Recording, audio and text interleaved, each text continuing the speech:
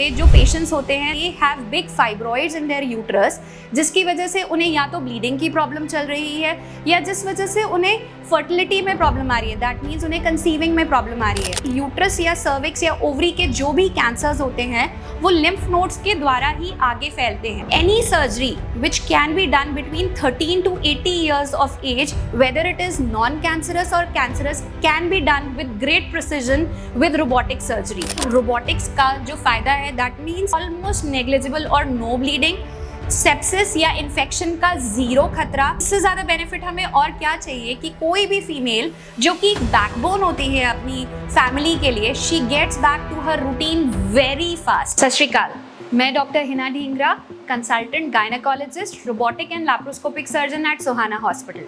आज हम बात करेंगे रोबोटिक सर्जरी की importance in gynaecological field in non cancerous and cancerous reasons. So सबसे पहले हम बात करते हैं कुछ ऐसे कारण जिसकी वजह से हमारे बहुत सारे women they are affected. They include the abnormal uterine bleeding, जिसकी वजह से बहुत ज़्यादा पेशेंट को ब्लीडिंग होना, इर्रेगुलर पीरियड्स आना, बीच बीच में पीरियड्स का फ्लो कम ज़्यादा होना, बहुत बड़े फाइब्रॉइड्स होना, या ओवरी में कोई सिस्ट या गांठें होना, या यूट्रस की कोई और कंडीशंस हम बहुत अच्छे तरीके से रोबोटिक सर्जरी से हर समय डील कर सकते हैं।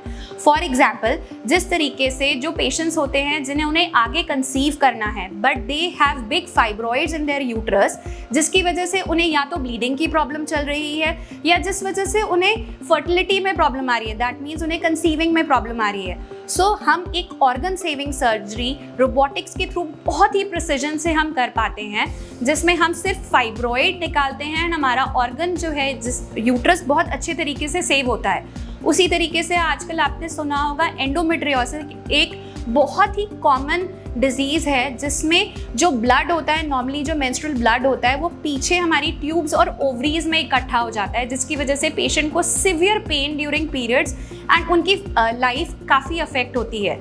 इसमें भी पेशेंट्स को कंसीविंग में काफ़ी प्रॉब्लम आती है। सो इसमें एज सच हम रोबोटिक्स के थ्रू इतने प्रिसीजन से सिर्फ जो ओवरी में सिस्ट या फिर यूट्रस में कुछ एडिनोमायोसिस की जो प्रॉब्लम होती है उसको बहुत प्रिसीजन से हम ठीक कर पाते हैं, ऑर्गन्स हमारे सेव हो पाते हैं, पेशेंट्स आगे आसानी से कंसीव कर सकते हैं।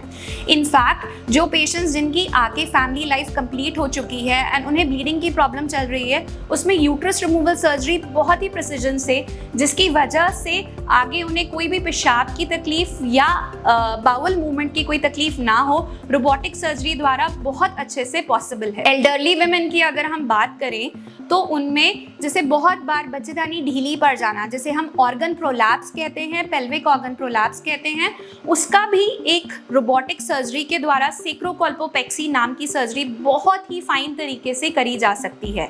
अब अगर हम एल्डरली वुमेन की बात कर ही रहे हैं, सो any surgery which can be done between 13 to 80 years of age, whether it is non-cancerous or cancerous, can be done with great precision with robotic surgery.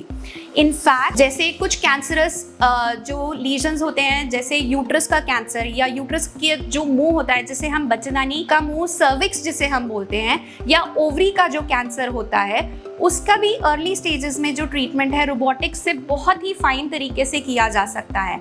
Robotics जो हमारा XI da Vinci XI system हमारे पास available है, इसमें एक Firefly mode होता है जिसका बहुत ही ज़्यादा बेनिफिट है। आपने सुना होगा कि यूट्रस या सर्विक्स या ओवरी के जो भी कैंसर्स होते हैं वो लिम्फ नोड्स के द्वारा ही आगे फैलते हैं। सो ये जो लिम्फ नोड्स होते हैं, इसमें हम फायरफ्लाई मोड में सेंटिनल लिम्फ नोड बायोप्सी बहुत आसानी से ले सकते हैं, जिसमें हमें बाकी लिम्फ नोड्स निकालने की कई बार ज़रूरत नहीं पड़ती and patient completely disease free हो सकता है।